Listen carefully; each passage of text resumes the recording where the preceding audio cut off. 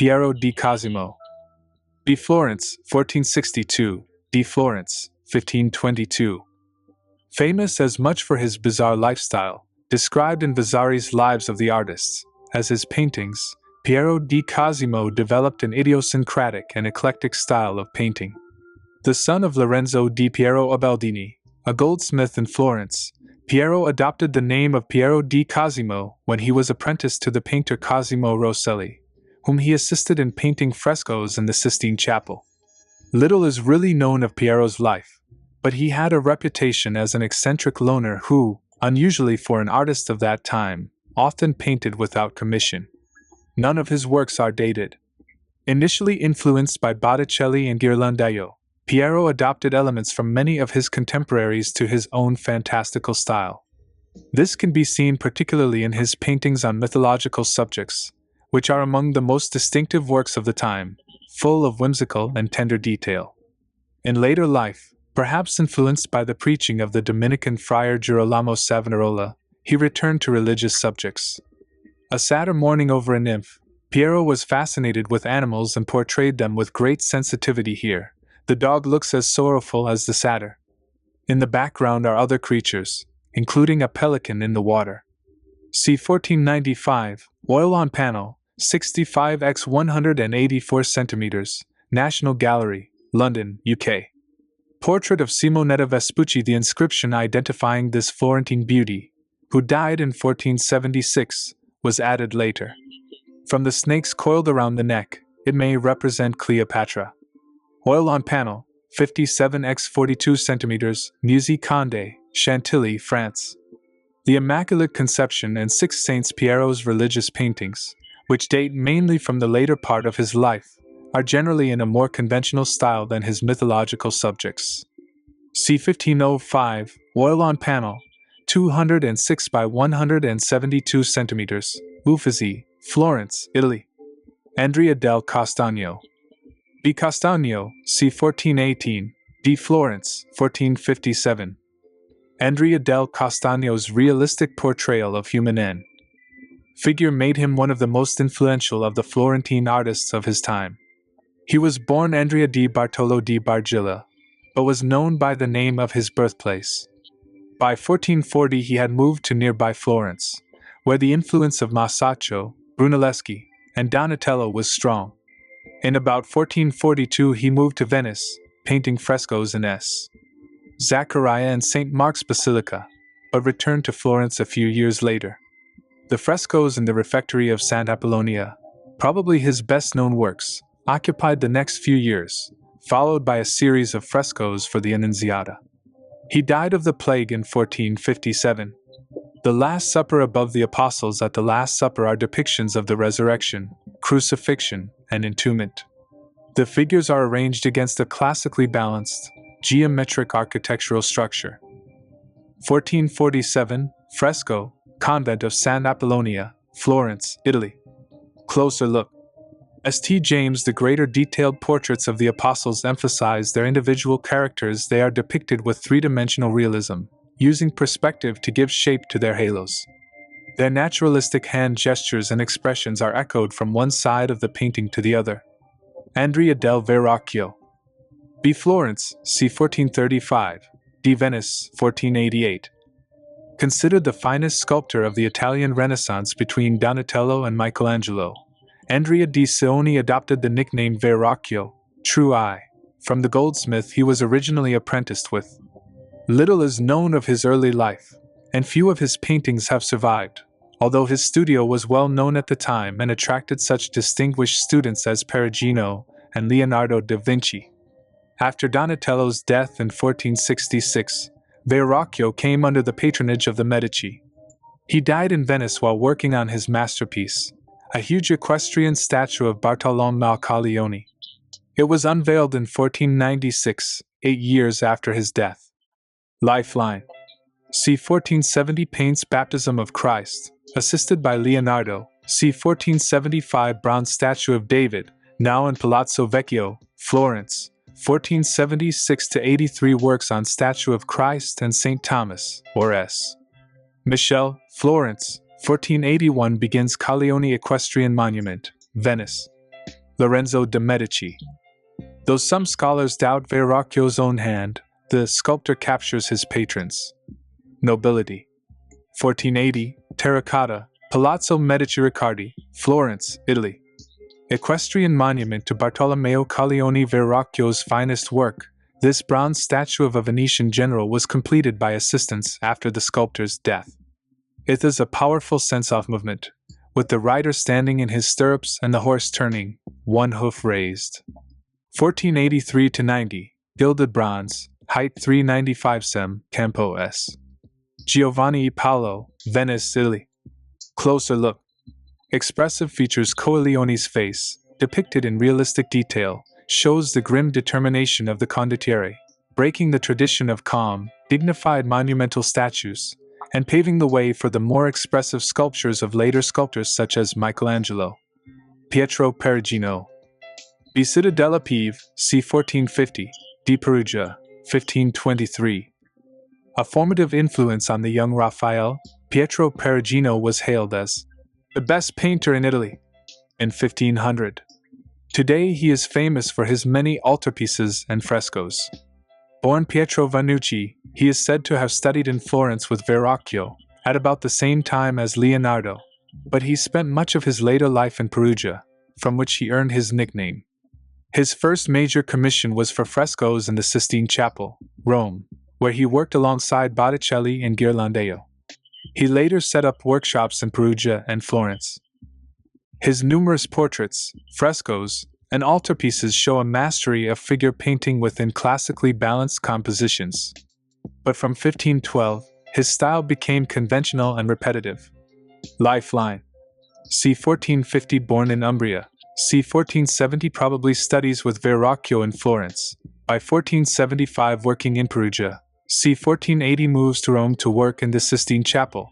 1481-82, paints Christ delivering the keys to St. Peter in the Sistine Chapel. c. 1486, returns to Florence, but keeps a studio in Perugia. 1490s, travels throughout central Italy. c. 1505, moves permanently to Perugia. 1523, dies of the plague. Madonna and Child, painted at the height of Perugino's career. This altarpiece shows his sweet, idealized style. His sentimental, devotional approach was popular in 15th century Florence, but Perugino's work looked old-fashioned in the high Renaissance of Leonardo, Michelangelo, and Raphael. c. 1500, Tempera on panel, 81x65 cm, the Detroit Institute of Arts, Detroit, U.S. Crucifixion. The three frescoes known as Pizzi Crucifixion were commissioned in 1493. The central panel depicts Christ and Mary Magdalene, with St. Bernard and the Virgin to the left, and St. John the Evangelist and St. Benedict to the right. The harmonious balance is characteristic of Perugino's approach to structure. 1493-96, fresco, 4.8x 8.1 m, Santa Maria Maddalena dei Pizzi, Florence, Italy. Closer look. Crucifixion. The symmetrically arranged figures beneath the outer arches emphasize the pyramidal form, with Christ at its apex. Painted in the idealized style of Perugino's altarpieces and portraits, they suggest piety and devoutness, rather than passion. Domenico Ghirlandaio. B. Florence, c. 1449, D. Florence, 1494. Born Domenico di Carrati di Bigordi, Ghirlandaio was nicknamed after the golden garland necklaces made by his father. He was a religious painter first and foremost, and was also one of the most popular and proficient portrait painters in 15th century Florence. He often incorporated portrayals of Florentine people and life into his religious works. In the early 1480s, was commissioned to paint frescoes in the Palazzo Vecchio, Florence, and in the Sistine Chapel. On his return to Florence in 1485, the Medici's banker Francesco Sassetti commissioned Ghirlandaio to paint a cycle of frescoes in Trinita, and immediately after this, Sassetti's successor, Giovanni Tornabuoni, employed him to replace the frescoes in his family chapel. Both commissions were of biblical scenes, but included portraits of the noble families. Ghirlandaio's busy workshop also produced a number of altarpieces and society portraits, painted with often startling realism. The young Michelangelo was apprenticed there. Lifeline. 1449 born a goldsmith's son, 1475 receives first commissions for frescoes in the Collegiata Inns. Gemignano, 1481–85 works on frescoes in Florence. Palazzo Vecchio, 1485 works on 6 frescoes for S. Trinita, Florence. 1486–90 paints a fresco cycle in S. Maria Novella for the Tornabuoni family, c. 1485 paints tender double portrait of an old man with a boy. 1494 dies of the plague in Florence. Giovanna Tornabuoni, née Albizzi. This is one of the few surviving portraits by Ghirlandaio. The posthumous portrayal of Giovanna Tornabuoni depicts her as an ideal of beauty in formal profile, with her delicate features and sumptuous dress realistically highlighted against the dark background. 1488, oil on panel, 77 by 49 centimeters, Thyssen-Bornemisza collection, Madrid, Spain. The Birth of the Virgin, perhaps Ghirlandaio's finest fresco. The Birth of the Virgin is set in an architectural framework and painted in realistic detail. The setting owes more to contemporary Florence than to the Bible. 1486–90, fresco, S. Maria Novella, Florence, Italy. Closer look. Ludovica Tornabuoni and her retinue. Ludovica Tornabuoni, the daughter of Ghirlandaio's patron, leads her 4 companions to pay their respects to the Mother of the Virgin. She is depicted in profile and dressed in fine brocade, as in a society portrait. In context. Artists' workshops. Renaissance artists ran busy workshops to supply their patrons. Apprentices began by doing menial tasks, such as preparing panels or grinding and mixing pigments, later drawing and copying paintings under the master's supervision. Moving up, skills learned as an artist's assistant enabled some talented apprentices to start their own workshops. Andrea Mantegna, Bisola di Carturo, c. 1431, di Mantua, 1506. Mantegna was the leading artist of his time in northern Italy. He was an engraver as well as a painter, and his prints helped to give his work wide influence. Dürer was among his admirers. His style reflects his ardent study of ancient art, and is also remarkable for his virtuoso skill with perspective and foreshortening. Atesh Cassagelli. Aged about 11, Mantegna became the apprentice and adopted son of Paduan painter Francesco Squarcian, but he left in 1448 after an acrimonious dispute over Squarcian's exploitation of his pupils. Mantegna had no difficulty finding work in Padua, which brought him into contact with the painter Jacopo Bellini, father of the artists Gentile and Giovanni, and Nicolosia, their sister and his future wife. He left Padua in 1460 for Mantua. Apart from a short period working in Rome, he remained in Mantua for the rest of his life as court painter to the ruling Gonzaga family. Lifeline. c. 1431 born a carpenter's son in Isola di Carturo, Italy. 1442 moves to Padua. 1448 decorates the Ovitari Chapel of the Eremitani Church. 1453 marries Nicolosia Bellini. 1459 appointed court painter to Ludovico Gonzaga at Mantua and moves there the following year. 1465–74 works on the Camera degli Sposi in the Palazzo Ducale, Mantua. 1488–90 paint frescoes, destroyed. In the Vatican for Pope Innocent VIII, 506 dies in Mantua. Altarpiece of Saint Zeno of Verona. The young Mantegna's superb use of perspective creates a feeling of depth. The finely observed and executed details, particularly the trompe-l'oeil garlands and architectural features, add to the three-dimensional effect. 1456–60, oil on panel, 48 by 4050 centimeters, Churchhoff S. Zeno Maggiore, Verona, Italy.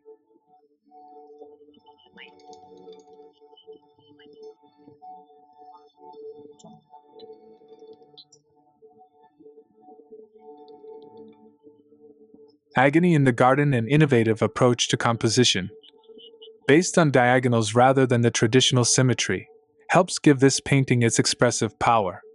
Judas leads the soldiers along a winding road via some rabbits towards the sleeping apostles. Steps go up to the praying figure of Jesus. The scene is set against a brooding landscape and wintry sky. c. 1460, tempera on panel, 63 x 80 centimeters, National Gallery, London, UK. The Camera degli Sposi, or Camera Picta, or walls of the Camera degli Sposi, bridal chamber, in Mantua's Palazzo Ducale are decorated with frescoes of life at the palace, while the ceiling gives the illusion of a central opening to the sky. A representation of the court on the north wall looks across to three scenes of the estate on the west wall: servants with horse and dogs, inscription with putty, the meeting. 1465-74, fresco, Palazzo Ducale, Mantua, Italy. Closer look. The court of Mantua. This fresco depicting members of the court is found above the fireplace on the north wall of the Camera degli Sposi.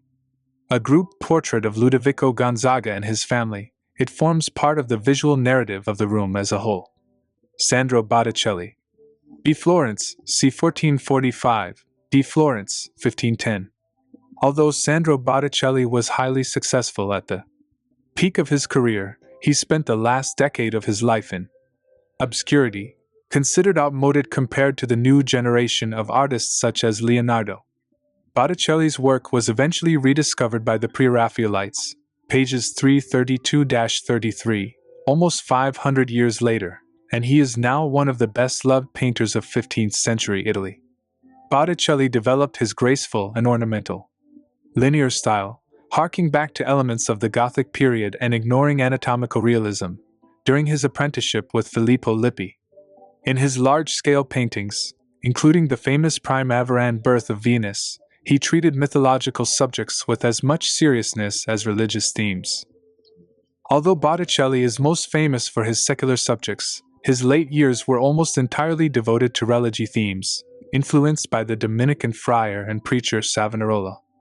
Other than the 2 years in Rome spent on the frescoes of the Sistine Chapel, Botticelli remained in Florence all his life. Lifeline. c. 1445 born Alessandro di Mariano di Vanni Filippi, in Florence, c. 1459 apprentice to Fra Filippo Lippi.